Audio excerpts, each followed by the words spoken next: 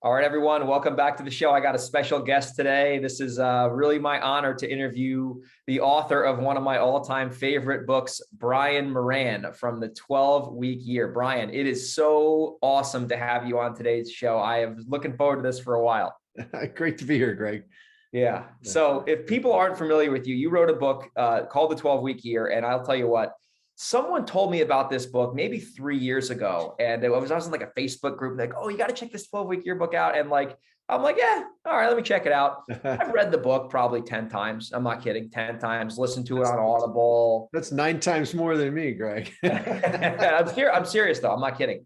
And that book has really impacted me, and it's impacted how I run my days, how I set my goals, how I measure my objectives. So we'll get all into that on today's interview. But before we do that, how did you kind of get into this? Because you wrote a phenomenal best-selling book. What did you do before this? Because I mean, your book has really impacted a lot of people. Yeah, appreciate that. I started out in corporate America. I was with UPS, paying my way through college, and they promoted me. Then I moved to California, got in with PepsiCo, joined a consulting firm. One of those clients offered me a position as vice president. Took that, but then we went back to Michigan to be closer to family. And so left there, started a new company, an upstart in health services, which I still own today, but not, just on the board, nothing day to day. And then really started just doing some consulting with local CEOs and began to think about, what they really needed. And what I realized is they didn't need a bunch of new ideas. Right. They all had great ideas. They all had resources. And so really the focus became all about execution. And somewhere along the way wrote the precursor to the 12-Week Year. We were going to a conference. This is an interesting story, Greg. We were going to a conference as a vendor, and we were thinking about, what are we going to pass out to people? And I'd been wanting to write a book. So I said to Michael, the co-author, I said, let's just write a short format book. Let's leave out all the fluff. So we wrote Periodization, 12 Weeks to Breakthrough was the name of it.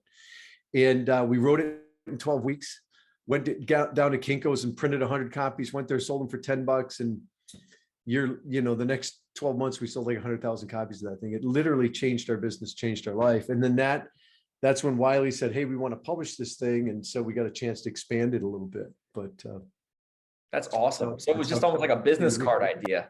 Yeah.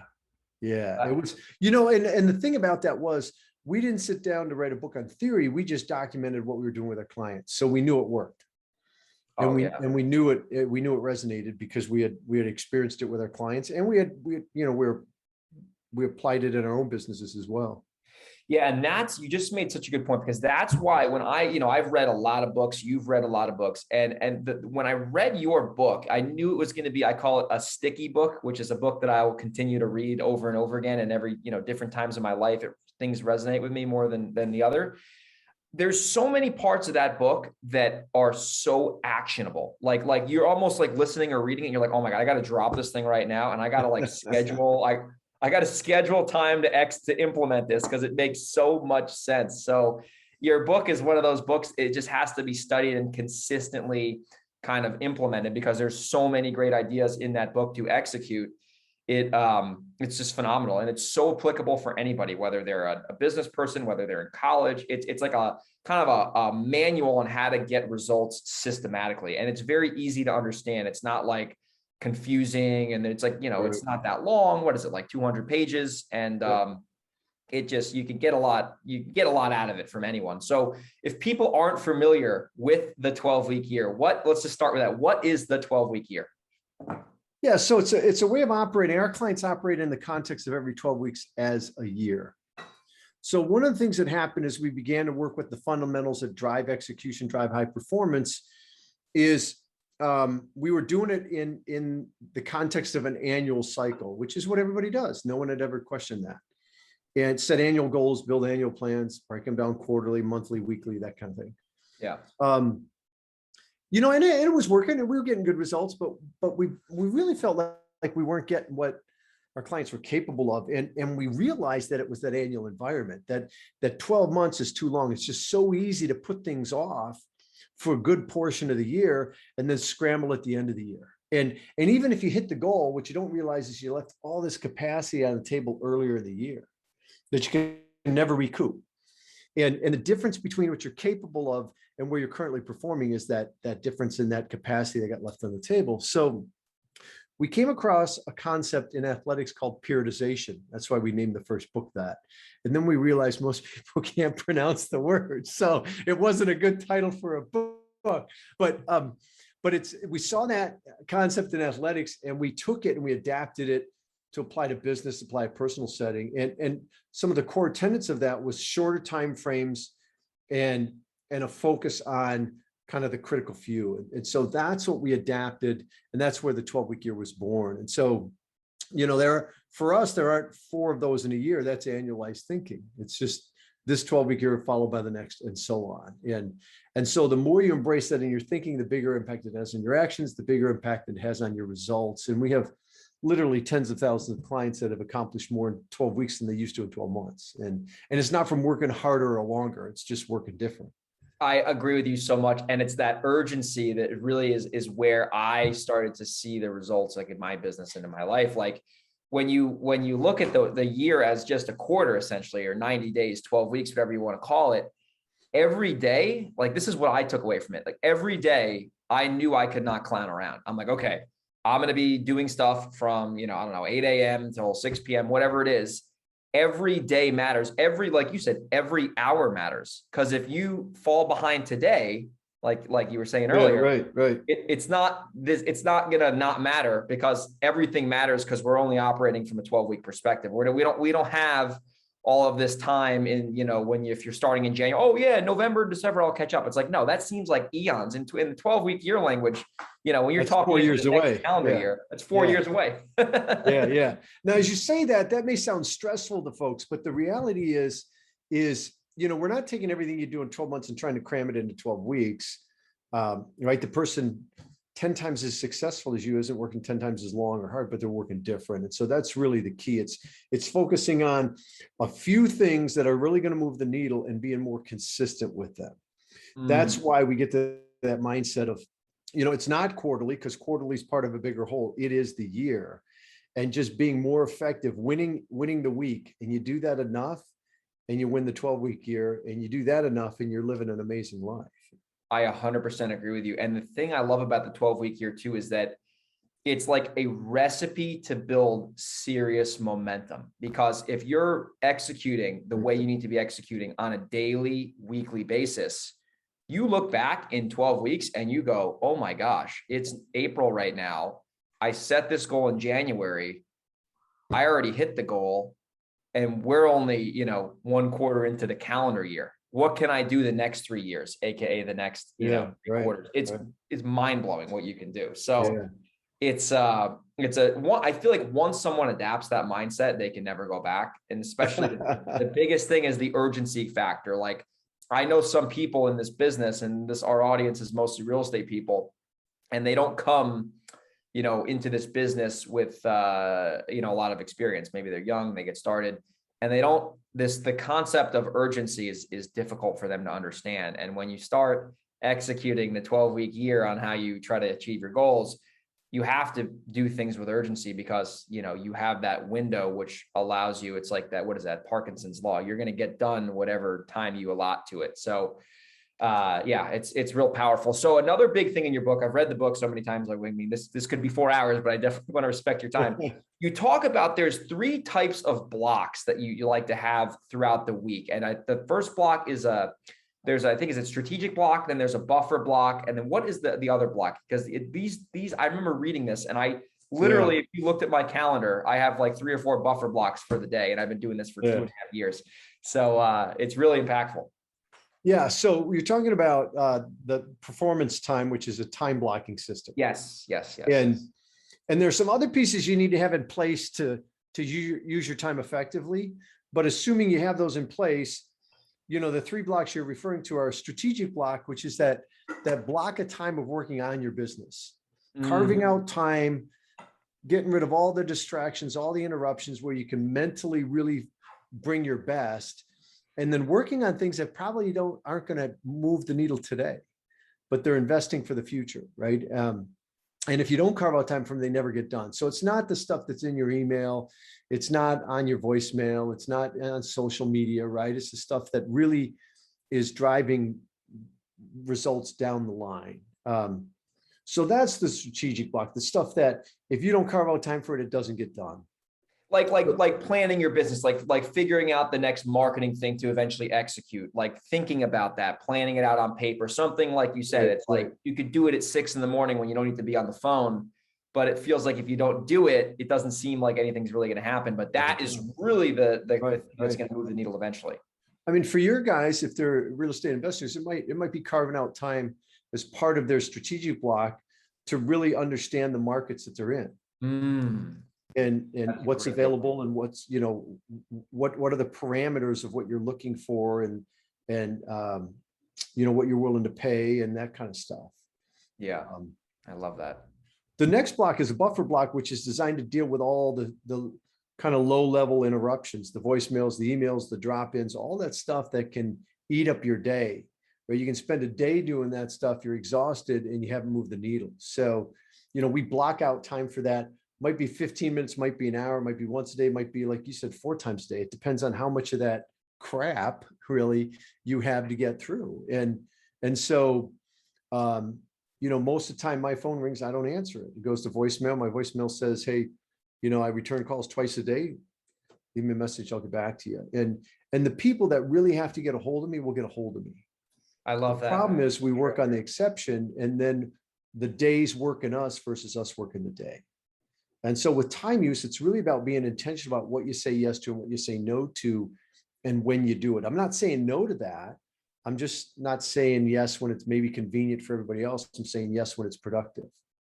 Yeah, I love that. That's so, if people were to just take this one thing, this buffer, and actually execute it, because I have a lot of people, they'll reach out to me and they're like, really, they feel like they're just frustrated. They're like, I'm like, listen, you can't answer the phone at every hour of the day. You need to either send it to voicemail or hire an assistant and have the assistant answer the phone. So you're not doing it, because it drains the energy. And then when your energy is drained, it's hard to make good, intelligent decisions because you're fried mentally, Right. And most of those calls aren't strategic. They're not super productive. And so they can wait. Same thing with the emails. Now sometimes, Greg, we do that because it's great avoidance activity, right? I was going to have to get on the phone and make some outbound calls to some potential homeowners or whatever it may be, right? And so in order to avoid that, I go check my voicemail, I go check my email, right? Totally. Yeah. And then the third block is just a breakout block. It's time away, right? For entrepreneurs, the real worry is burnout. Oh yeah. Because how do we turn it off? And so just carving out time to get away mentally, physically and mentally, shut it off, let it go. Don't think about it. Go relax, go do something you enjoy so that you come back fresh, you come back rejuvenated. It's like the vacation. The problem with the vacation is you come back to a stack of work. So this is a mini vacation where there's not enough time for the work to really stack up. But staying fresh and staying curious is a big part of it. I love that. So would you say an example of like a breakout block could be like, let's say you play golf on like a Thursday from 2 to 7, like something like that, where you can really unplug for 5 hours, but you're not going to like go to Hawaii for 2 weeks and come back and your business is out of business. You know what I mean? Right. Yeah. Take the vacation too, but the breakout block is like the golf in the afternoon. And I'm not prospecting on the golf course. I'm just golfing, man. I'm just having fun and kicking back and, enjoying the time. Absolutely. No, I love that. And that was a part of your book that really resonated with me, is those like breaking my time up to those blocks where like I don't have to like feel like if I'm doing emails, like I'm strategically spending time doing emails. And the thing I've noticed too, after reading your book, is like when you have this urgency on the 12-week year system, every time I look at my Evernote to see which calls I have to make for the day, I will literally think now, if I make this call, what is going to happen? Like, what's the objective of this call? And if the objective of this call is not moving the needle towards my 12-week goals, I don't make the call, right? Or I'll make the call, I'll put it into like another folder where it's like not that important. Like maybe it's like financing a rental that I have that I don't need to do. But if I look at a call, it's like, call this attorney because we're closing next week and he needs this information. That direct action will lead to revenue. So I know I have to make that call. And a lot of people, they get a pile of things they need to do. and they have a difficult time prioritizing to really see what is the objective of that activity. And is that going to actually move the needle to your goal? And that's why, like, reading your book, it really helped me kind of compartmentalize how to spend my time effectively and not get caught up in the weeds. You know what I mean? It's a key point you make, though. Different activities have different value, and understanding the value of the activity that you're going to engage in, as opposed to just taking the day as it comes. Because if you take the day as it comes, you're going to run out of day before you get to the really meaningful stuff. Absolutely. And that's the thing I've noticed from like, really, and I know I keep saying it, but like, taking your book to heart and actually implementing it. And like, because a lot of people can read a book and think, oh, that's great, I've got so many ideas. But I'm like, I remember reading this book, listening to it, listening to it. And now I'm like, okay, I know how this works, and starting to execute this. And it was like a game changer. And now I tell my friends about it, and they're like reading it, and everyone's like, oh my gosh, this is the best thing ever. And then I heard you on Bigger Pockets, and I'm like, oh my gosh, he got on Bigger Pockets. Like, this is like, you know, there's going to be like millions of people listening to this and hearing your material, which is so impactful. So as we start to, you know, wrap the show up, I want to respect your time. I know you're a busy guy. So when it comes to high achievers, right? Like you've worked with a lot of high achievers. You've seen people in different industries, you know, all over the globe, I bet at this point, achieve. What are two or three habits that you see all high achievers have that I guess low achievers lack? And then maybe we can share that with the audience so they can take something away that really separates the best from the rest. Yeah, I think there's a couple things. One is they're always connected to the bigger why, right? Which for us is the vision work. What do you want your future to be like? What are you living into that? How do you connect your daily actions to that future? Where people that don't perform as well, they don't make that connection. Right. In the moment when it's time to do the stuff that may be uncomfortable or may be difficult, they don't connect to that vision. So it's much easier for them not to do it. Right. So high performers tend to, some of them, they come by that naturally. Some of them are just real intentional about having to make sure that I see how the actions that I take in my plan daily lead me to live the life I want to live. The other thing I think with most high performers is they recognize that anything worthwhile in life takes effort. And so they're not afraid of doing the heavy lifting. Because if you're going to create a different result, you're going to have to do things you haven't done before. There's going to be stuff that's uncomfortable, and there's uncertainty around that. And if we shy away from that, then the success comes very slowly, if it comes at all. And so it's really about leaning into that discomfort, being willing to do the stuff that you said you needed to do to get there, recognizing that you don't control the outcomes, you control the actions. So being great in the moment is really about doing the stuff I know I need to do to create the future I want to create. And then keeping that connected is really key to that. Because, I mean, you sacrifice to be great, but I don't think you sacrifice family and values and integrity. You sacrifice your comfort, though. And so to me, that's the big enemy of greatness, is we're internally wired for comfort. All of us are. And so we seek that. We like that. But if you understand that, then you can intentionally make the choice to lean into the things that are uncomfortable, and not for the sake of discomfort, but because those are the things you have to do to get to the results you want in life. Yeah, I love it. You're not torturing yourself on purpose. You just know that you have to do what it takes to win, and you got to decide, is it your comfort or is it your goals? And you can't have both. And I love that point you made in the book. I actually forgot to bring that up, but that's so true.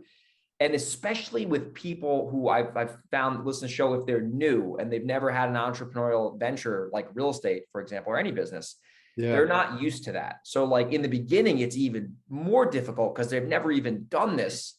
So they're like out of their comfort zone. They're like, oh my gosh. And there's nobody pushing them. Yeah, right? There's nobody looking over your shoulder and going, hey, did you get that done? Did you not get that done? When you're a solopreneur, especially, right? It's all on you. And it's really easy then to not do it because nobody knows. No one knows. And nobody cares, to be honest with you. That's the other part. That is so true.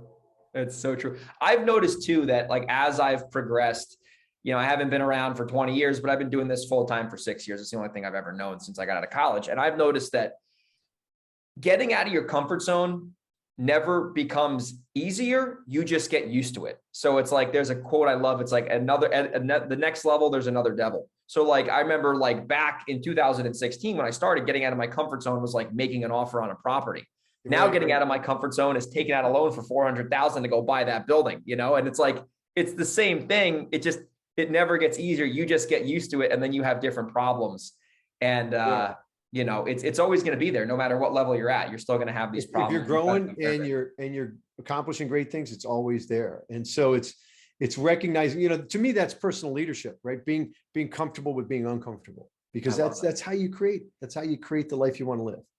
100%. And you said the leadership thing there, and that's something that as I have a small team now, I'm a big believer in, like, especially I just onboarded somebody. It's like leading from the front and showing the team. Obviously they're hired to do a job, so I don't have to be, you know, in the weeds all day, but I'm willing to lead from the front and start with like the I do it, we do it, they do it. Yeah. And they can see, like, you know, I'm on Voxer at 6 p.m, like hustling, getting our deals done. So they can see like that. I hope that energy transitions to them, so they're not like, oh, this guy hired me so he can go to the beach. It's like, yeah, I like to go to the beach, but I also want to win. And I want my team to see me winning, and they know that I'm working just as hard as them, if not harder. So we can all row the boat in the same direction, you know. That's it. Which is important. So Brian, man, this has been such a great interview. I've learned a lot just from this interaction. Your book seriously has made a tremendous impact in my life and many of my friends' lives. I've shared it with them. I've put it online, and they've said they love the book. So I really encourage the listeners, if they want to learn how to be more successful, this book is in my opinion recommended reading.